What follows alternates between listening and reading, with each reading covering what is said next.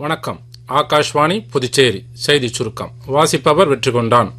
இந்தியாவின் வளர்ச்சி பயணத்தில் மெட்ரோ ரயில் முதல் உற்பத்தி துறை வரை, ஸ்டார்ட் அப் முதல் செமிகண்டக்டர் நிறுவனங்கள் வரை ஜப்பான் எப்போதும் ஒரு முக்கிய பங்காளியாக இருந்து வருகிறது என்று பிரதமர் திரு நரேந்திர மோடி கூறியுள்ளார். டோக்கியோவில் நடைபெற்ற இந்திய ஜப்பான் பொருளாதார மன்ற கூட்டத்தில் உரையாற்றுகையில் அவர் இவ்வாறு தெரிவித்தார். இந்தியா அரசியல் மற்றும் பொருளாதார ஸ்திரத்தன்மையை கொண்டுள்ளது என்றும், முதலீடுகள் செய்வதற்கு நம்பிக்கையான இடமாக இந்தியா மாறி வருவதாகவும் பிரதமர் திரு நரேந்திர மோடி மேலும் தெரிவித்தார். உச்சநீதிமன்றத்தின் நீதிபதிகளாக நியமிக்கப்பட்டுள்ள நீதிபதி அலோக் ஆராதே மற்றும் நீதிபதி விபுல் மனுபாய் பஞ்சோலி ஆகியோருக்கு இந்திய தலைமை நீதிபதி PR கவாய் இன்று பதவி பிரமாணம் செய்து வைத்தார்.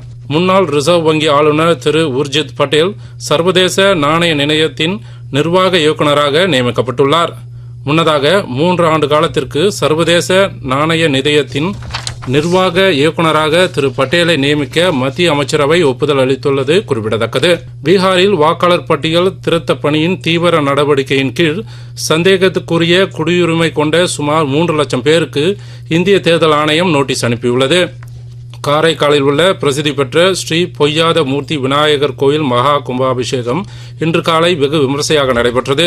சட்டப்பேரவைத் தலைவர் திரு செல்வம் தலைமையில் நடைபெற்ற இந்நிகழ்ச்சியில் குடிமைப் பொருள் வழங்கல் மற்றும் நுகர்வோர் விவகாரங்கள் துறை அமைச்சர் திரு திருமுருகன், சட்டமன்ற உறுப்பினர் திரு நாஜிம், திரு PR சிவா, மாவட்ட ஆட்சியர் திரு ரவி உள்ளிட்ட பலர் கலந்து கொண்டனர்.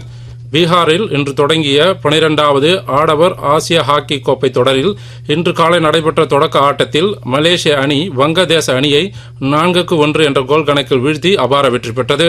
இத்துடன் இந்த செய்தி சுருக்கம் நிறைவு பெறுகிறது.